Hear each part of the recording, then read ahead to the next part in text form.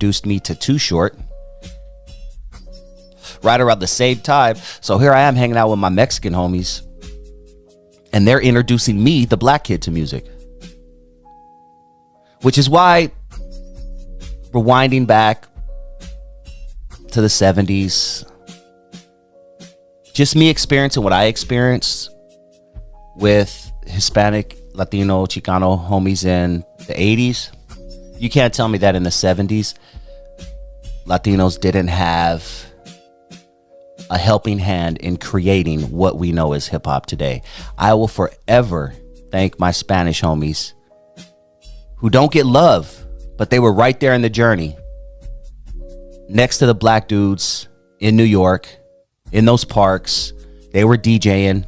They were hitting up on walls. They were graffitiing. They were breakdancing. They were right next to us. But that's a whole other story for a whole other day. The who created hip hop and who did and who was involved in hip hop and who wasn't. Today, it's all about Boyz N The Hood, Eazy-E. So this specific song was supposed to be sung by a group called HBO. Now, you might have saw that in the movie Straight Outta Compton.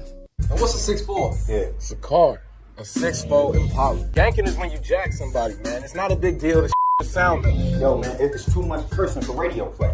I mean, besides, who gives a about Compton anyway, right? Alonzo Williams' studio is where Boyz N The Hood was recorded.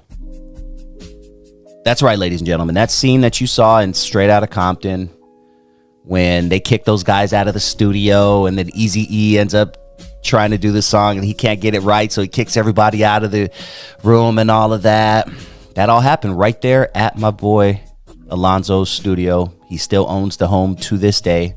I've been to that studio several times. We used to record our show for like 2 years there until COVID hit. They came to the studio and they were some New York cats. It was no big deal. And I walked up in the studio. Hey, man, your boys is here. And I sat around and kicked it for a minute. I walked back in the house, walking back upstairs. And they was leaving. They wasn't here maybe an hour, if that long. And I never saw them again. That was it. And I man, what happened? Oh, man, they didn't want to do the song. What happened? Man, they don't know what 6'4" is. They don't know what that kind of shit is. What? Hey, man, and you know, they was from New York. And they didn't feel they could represent properly. The movie Straight Outta Compton had a lot of false to it, a lot of falsities.